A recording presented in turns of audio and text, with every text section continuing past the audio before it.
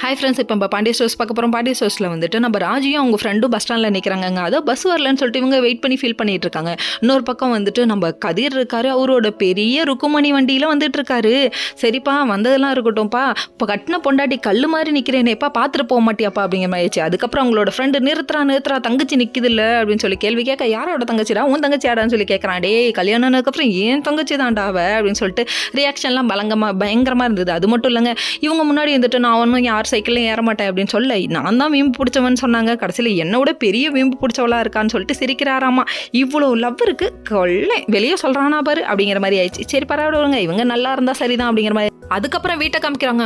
கோமதி அம்மா இருந்துட்டு பழனியை பிடிச்சி லெஃப்ட் அண்ட் ரைட்டு திட்டுறாங்க. எதுக்குமா திட்டுறான்னு பார்த்தா, மாமா உன் மச்சான் பிறந்த நாள் போய் மறந்துட்டேடான்னு சொல்லி கேள்வி கேட்க, உன் புருஷன் பிறந்த நாள் நீ ஞாபகம் வச்சுக்க, ஏன்னா நீ இந்த வீட்டில் வாக்கப்பட்டிருக்கேன், நான் இதுக்கு ஞாபகம் வச்சுக்கணும்னு சொல்லிட்டாரு.